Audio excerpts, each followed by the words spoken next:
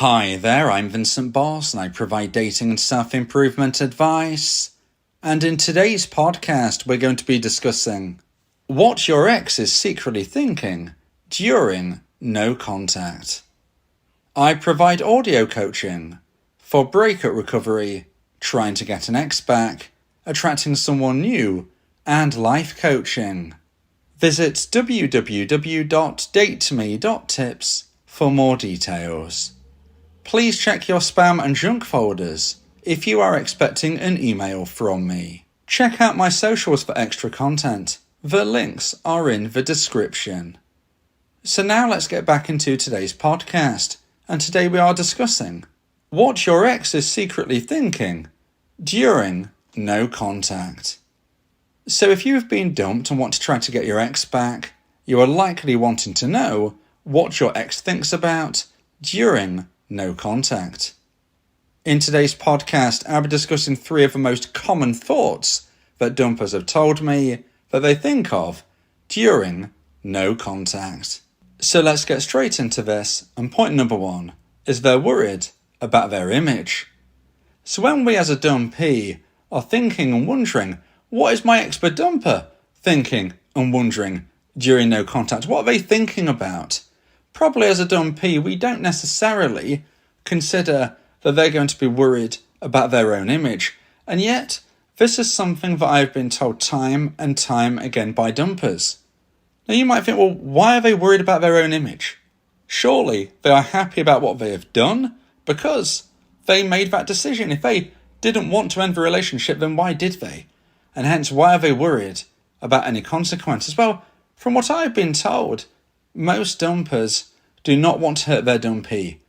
Most dumpers recognise the significance of what they have done.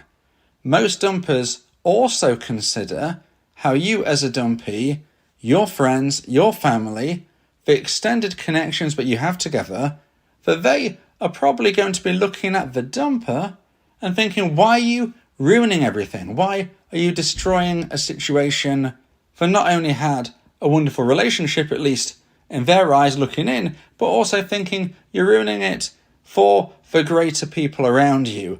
There are no longer going to be family get-togethers. We're no longer going to go out as friends. People are going to think the dumper has thrown a bomb into a relationship that didn't need to be destroyed. And they've destroyed not just the relationship, but everything within it and within the outer limits. Everybody is connected, everybody is affected. So as a dumper, considering that they realise that this is likely to be the case, and let's be honest, it is somewhat true. What they're thinking about is not completely inaccurate. A lot of your friends and family dumpees are going to be taking your side. Whether or not the reality is that you could have done things better, whether the reality is that you could have treated your ex-dumper better, whatever the actual truth is, if you have been hurt by a breakup, your friends and family are likely to rally round you. Now, a lot of the time, as human beings, we all make mistakes. You as a dumpee no doubt made some mistakes, but your ex-dumper also would have likely made mistakes. Nobody is perfect. This isn't something where we can put all of the blame on one person most of the time. And therefore, when we see friends and family sticking up for one person or the other, it's normally down the lines of where that connection is strongest. So the dumper is just thinking to themselves, I've ended this relationship. I didn't want to hurt the dumpee. I had no choice in my mind. I felt a lack and a loss of romantic emotional attraction. I no longer felt that this relationship was going to take me in the direction that I felt comfortable with, and hence I felt I had to end it. Although I am going to acknowledge that a lot of people who had become my friends as a dumper, my friends who actually were my dumpee's family, or maybe they knew my dumpee first, they are now my friends, my social circle as well. I know they're going to take my dumpee's side. And they're going to look at this and think that I'm a bad person. And therefore, I'm really concerned about my image. What is the image that I'm going to be portraying as somebody who has destroyed a relationship, potentially destroyed a marriage, potentially children are involved and are they going to be suffering the fact of a relationship breakdown? And therefore, That is why it is quite a common concern that dumpers have. And as a dumpee, like I said, you might not even think that they're going to be worried about this or bothered about this or really contemplating this. But this is what a lot of dumpers have told me. And it's not necessarily that they will ever tell you. Even if you get back together, it's not likely to be something that they tell you, because it almost doesn't fit the narrative of why they would end a relationship and then worry about those consequences. Even if they told you, you might think, well, that's a bit of an odd thing to say. You know, why do it if you're so worried? But as I've just explained, that is, from what I've been told, is one of the secret reasons and secret thoughts that a dumper has during no contact, because they're no longer part of your life. If you implement my version of a no contact rule, they're no longer going to be connected with you in any way, shape or form. And therefore, there's going to be that situation come about where they start to wonder. They have no input, they have no information, so they're going to fill it with their own thoughts, their own feelings, their own concerns that what they have done has caused a big problem, and ultimately they're worried that everybody hates them. So now let's get into point number 2 and the second point of today's podcast. Please like this video if you're watching on YouTube and subscribe to the channel. And point number 2 is comparing their life without you. So today we're speaking about what your expert dumper is likely thinking and wondering in a secret kind of way during no contact. You're no longer contacting them. You've implemented my version of a no contact rule. What is your expert dumper thinking during this time? And point number 2 is something which, when you really think about it, does make a lot of sense, I guess. And that is that they're going to be comparing the life they have now with the life they had with you. They're no longer with you. And therefore, they're viewing their life and thinking, okay, how are things going for me right now? How do they compare to when I was with my dumpee? And if they come to the conclusion that this is not as good as when they were with you, this is when your expert dumper is likely to start wondering about you more, starting to develop into missing you, starting to regrow romantic emotional attraction thinking about you, and getting to the stage of where they reach out to you. Now, as a dumpee, this is what you want. If you want to try to get your ex back, you need your expert dumper to regret their decision and want to reconnect with you. You can't persuade them, you can't beg them, you can't plead with them, you can't tell them that they've made a mistake. They need to come to that conclusion themselves. And they will only do that if you implement my version of a no contact rule, and therefore creating the space for them to consider whether or not their life is better in the current state or whether it was better when it was with you. Now, you as a dumpee might worry that they're going to think that their current life is better than the life they decided to walk away from, but you have something going for you which is called the fading effect bias.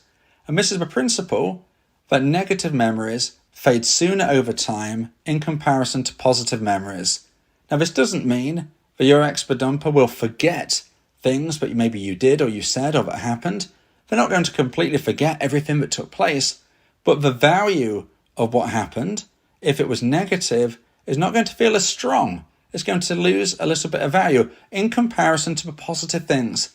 So let's say, for an example, that a year ago, there were 2 instances that took place very close together. One was really good. Maybe you went on a holiday together, a vacation together, and it was amazing. It was wonderful. It was brilliant.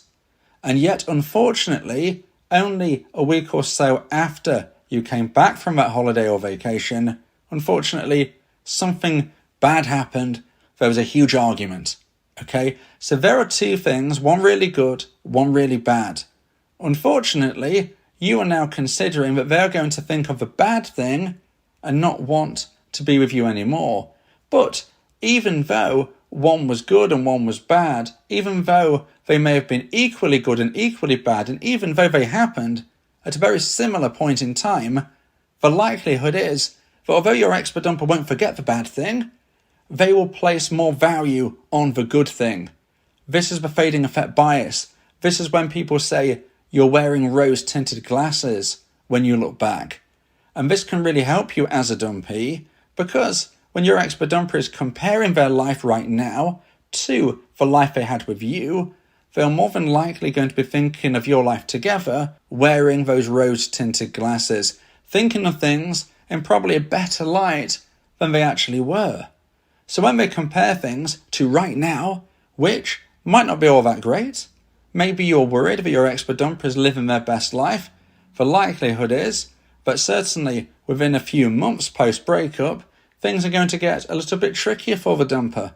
It's not likely to be as easy and exciting all of the time as maybe they hoped and you worry about. More than likely, things are going to be quite boring and mundane.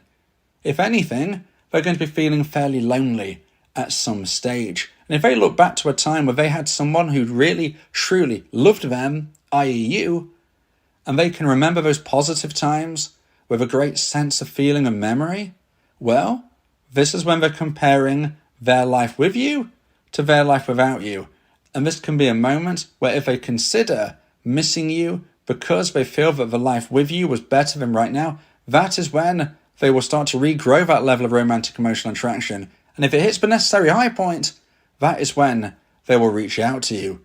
Many dumpers have told me that they spend the weeks, months, and sometimes even years apart dipping into those thoughts about whether their life right now is better in whatever metric they consider to when they were with you. It's a very common thing for dumpers to have, a very common thing for dumpers to do. And if you've been a dumper yourself in a prior relationship, just think about it, and I'm sure you would agree that you also had those moments. Now, it doesn't mean that every dumper is going to conclude that the life with their ex was better than the life they have right now. We have to be honest, we have to be genuine. It doesn't always take place, but often it does. And if it does, this is when your ex-dumper may reach out to you. Now, if you would like advice and support about how to try and increase the chance of one day getting your ex back, then you may want to consider my audio coaching service, where me and you can speak one-on-one about your unique specific situation. Go to my website www.dateme.tips for more information about how I can become your coach and your teammate via my audio coaching service. Talking about your feelings can also improve your mental health. It helps prevent the buildup of negative emotions, which can lead to stress, anxiety, depression, and even physical health issues. Speak your heart to free your mind. So now let's get into point number 3 and the final point of today's podcast. If you feel that this podcast has helped you, then please consider buying me a coffee. The link to do so is in the description. And point number 3 is your next chapter. So today we're speaking about what your ex-dumper is secretly thinking during no contact. And when we consider some of these secrets that they don't want to let on that they are considering, one of the most important ones is your next chapter. Lots of dumpers have told me that they spend quite a lot of time wondering what their dumpee is doing and wondering what the next chapter of their life would actually look like and how it will unfold. Now, it is true that dumpers tend to think that they know their dumpee inside and out. They feel that they can predict the dumpee's next move. But if you show a different side of you, if you do what they don't expect, of course, we need to make sure this is positive, else, it's not going to help your cause. But if you can do that, then they're going to be really, really intrigued. And implementing my version of a no contact rule is a great first step towards that. Now, I've been mentioning this a lot today. Now, if you are not even familiar with what no contact is, this is something that lots of people suggest you implement if you have been dumped and want to try to get your ex back.